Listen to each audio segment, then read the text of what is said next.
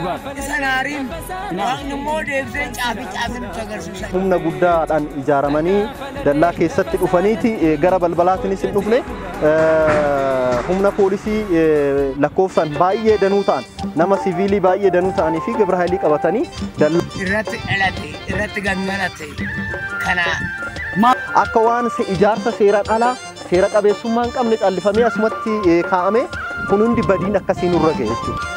Ashama nageenyi rabbii guddaa simbiratti haa jiraatu bakka jirtanitti alaaf keessan sagantaa keenya kan hordofaa jirtan warroonni YouTube channel keenyaaf haarawaa taatan maatii keenyatti dabalamaa subscribe gochuun cuqaasa akkasumas immoo kanneen maatii keenya kabajaaf ulfoo taatan qophii ajaa'ibaatii fi seenaa gar nama nyaatu qabadheetiin jira.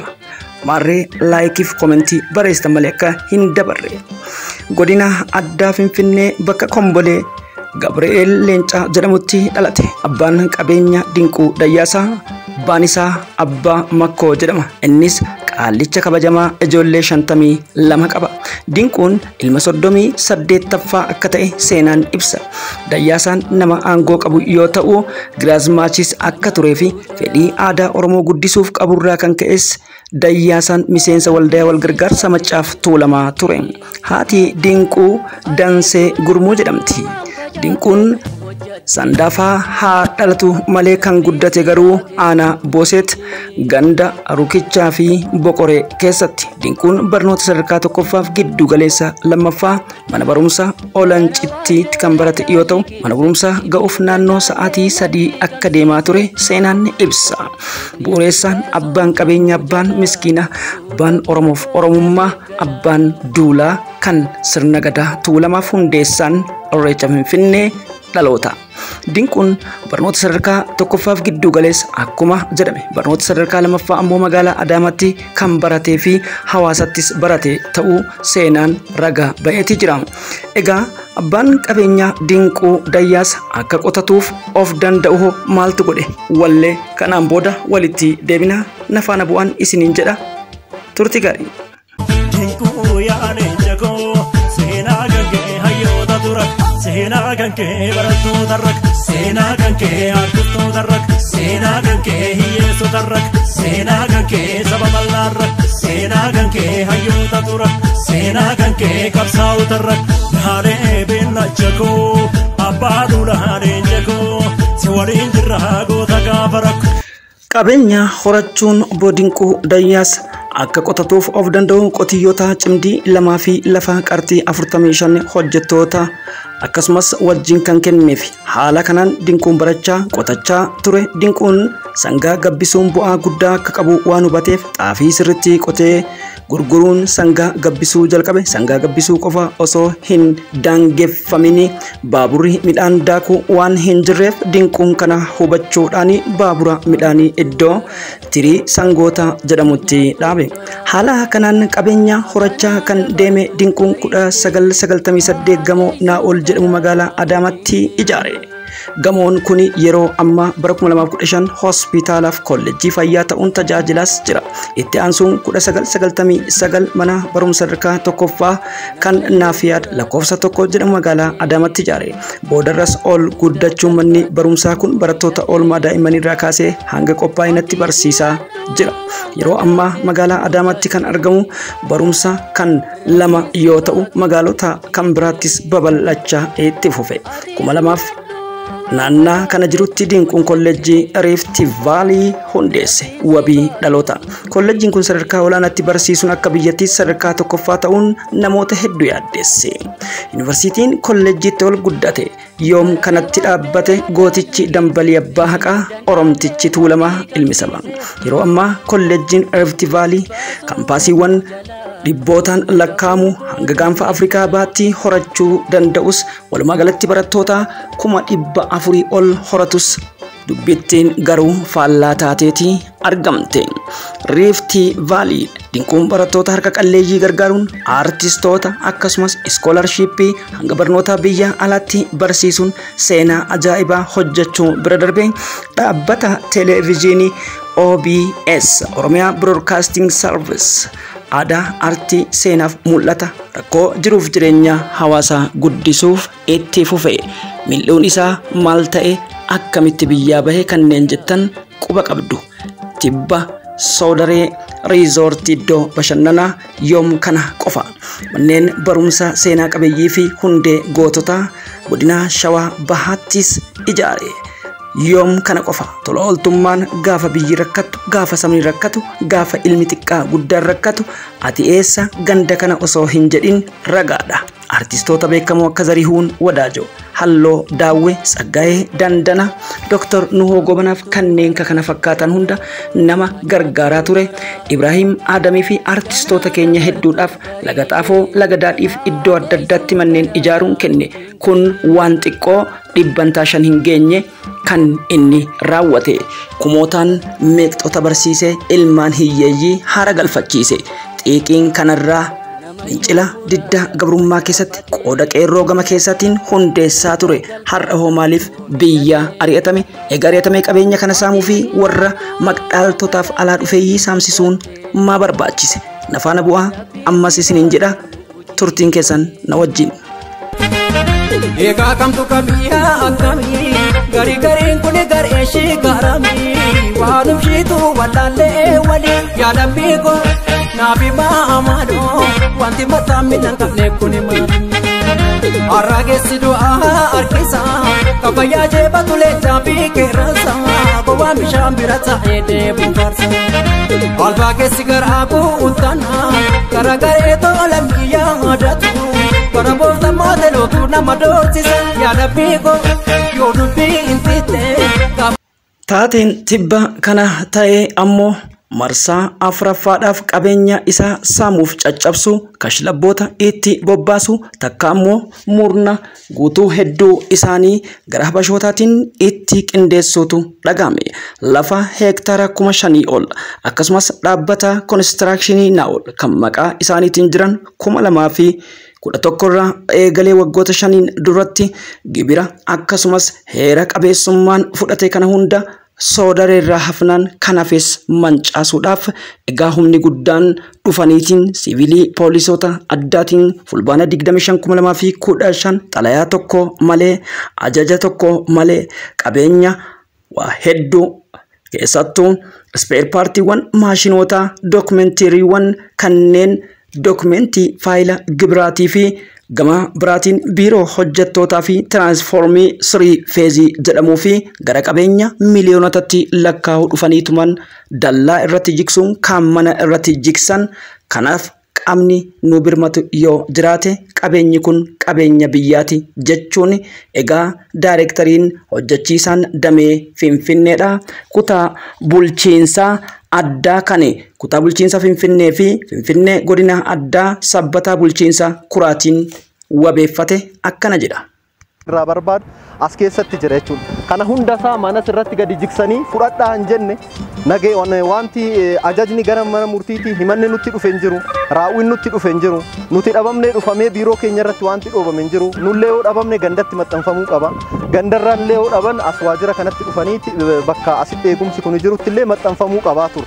Namumti diigamu sun illee gaafa san maaliif diigdan sababa maaliitiin gaafa jedhamu qaamni poolisii ta'ee dhufee diiginsa kana sappoorti gochaa ture gargaaraa ture waan agarsiise hin jiru jechuudha. Kana hunda isaati irratti diigan jechuudha. Akka inni kun barbadaa'u akka inni amma yeroo ammaa kanatti ilaaluun hin danda'ama. Nageewwan galii jira, dokumentoota adda addaa jira, keentitu jira. Waan gara nama nyaatu keessa biyya heera qaban akkasumas gabataaf maaddii irraa nyaatan yeroo isaan dantaa siyaasaatiif saba isaanii irraa dhalatanii saba isaanii diigan eega inni lubbuudhaan baafatee jireenyaan qabeenya qabuuf biyya ijaaraa jiru keessaa duwwaa bahee oromummaa isaatiif qofa abbaan hiyyeessaa kan silaa wabii biyya ta'uudhaa malu cubbuun gifuun takka dhiibbaan irratti dalagame. Hojjettoota isaa hidhuun akkasumas dhaabbata televiziyoonaa bilisaan inni saba kanaaf biyyaaf guddinaaf jedhee siyaasa tokkoon malee gaazixeessitoota 50 oliif dameewwan adda addaa banuudhaan sagantaa oromummaaf artii oromoo oromummaa seenaa aadaaf safuu duudhaa gabbiseen gargar baase. Wabiin qabiyyee oromoodhaa dinquu dayyaasa abbaan duulaa abbaa wabii miskiintota namni gaariin namni seenaa safuu duudhaa keessatti ayyaantuun qulqulluun ilmi saba kan amantiin saban qoonne dhaloota hin qoonne gaafa xiiqiidha waammatan kaleessa irraa nyaatanii gabbatanii sammuu osoo hin baasin moora baasnaan isa biyyaa ari'atanii ofii itti hafuu barbaadan.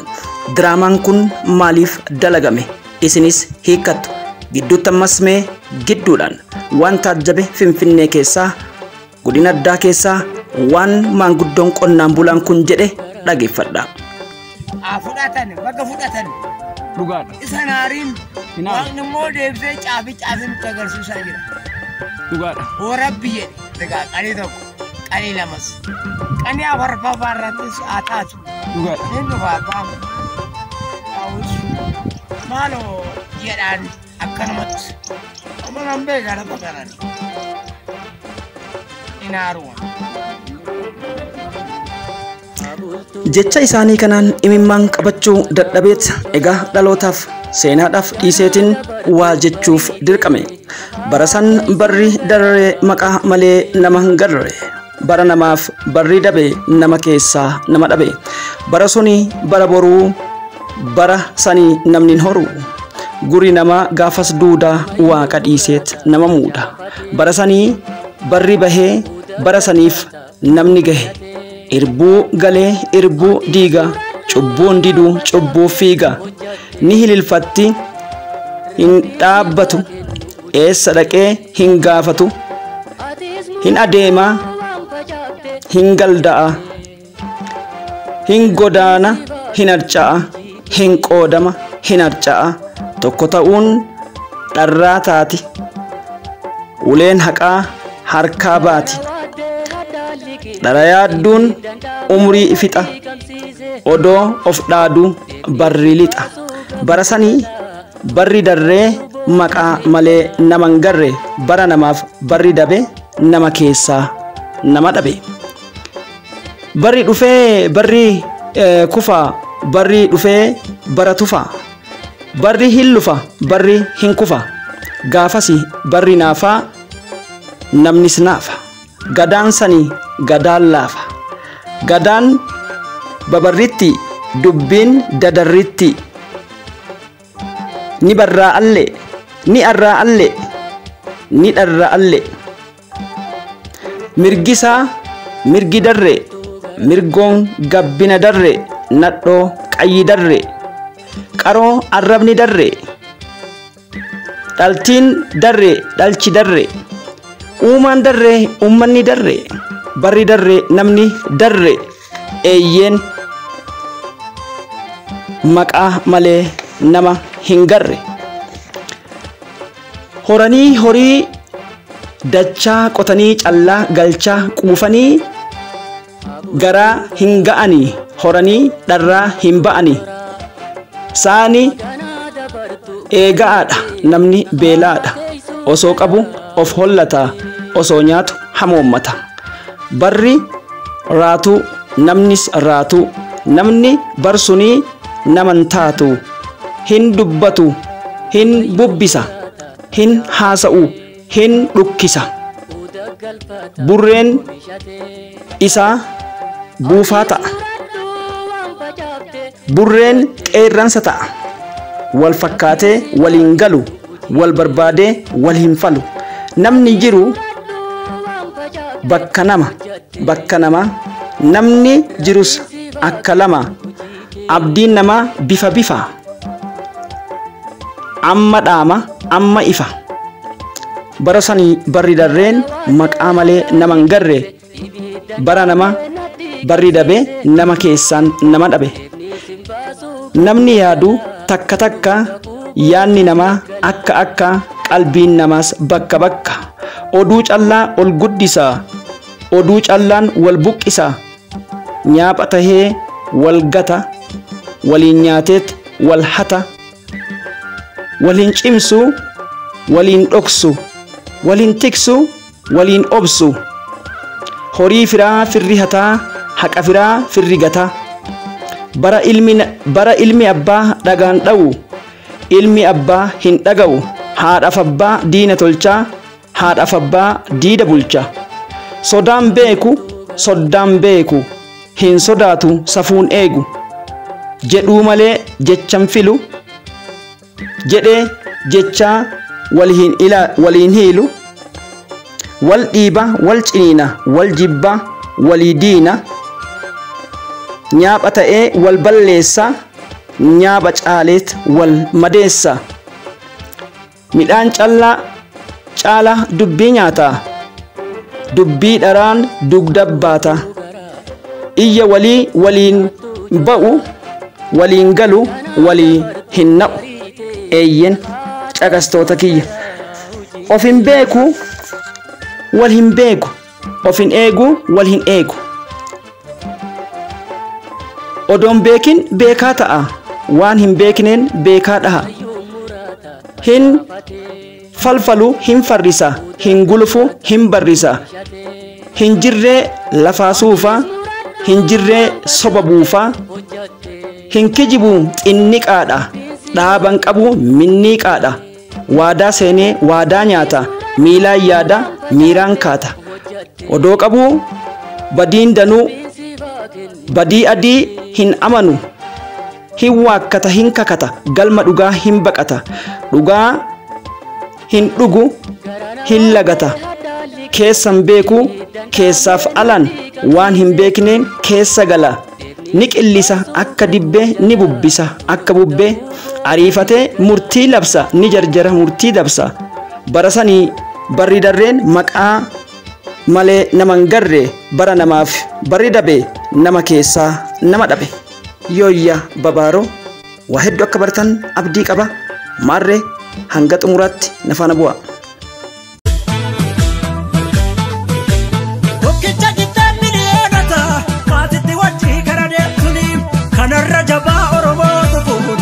Bubbisera yeroo suni kanarra hayyuu Oromoo tokko itti bubbisera yeroo suni tokkicha hundaan miidhagata maatitti wajjii kara deemtuni. Anis na daangesseetiin yeroon kutaa tokkoffaa gulantaa hayyuu abbaa duulaa abbaa qabeenyaa akkasumas immoo hundee Oromoodhaa tokkocha Oromoon qabdu jechuudha abbaa qabeenyaa Oromoodhaa. kabajamaa dinquu dayyaasaa nageenya alaaf manaan qe'ee isaatiin dhugaa saba isaa wajjin haa jiraatu jechuudhaan golabeeti jira maarreegaa qophii kanarraa akka yaada keessan naa roobsitan shakkii takkan qabu dhufaadhaa kabajamaa an daandii bilisummaatti gulaalee kan isin dhiyeessee injiinar Gaaddisaadha caayaa Oromootii fi Orombeek Entertainment subscribe warri gootan hin godhina kun share like gochuudhaan mucimsaa yaada qabdanii barreessaa dhufaadhaa kabajamaa gadaan gadaa bilisummaatti.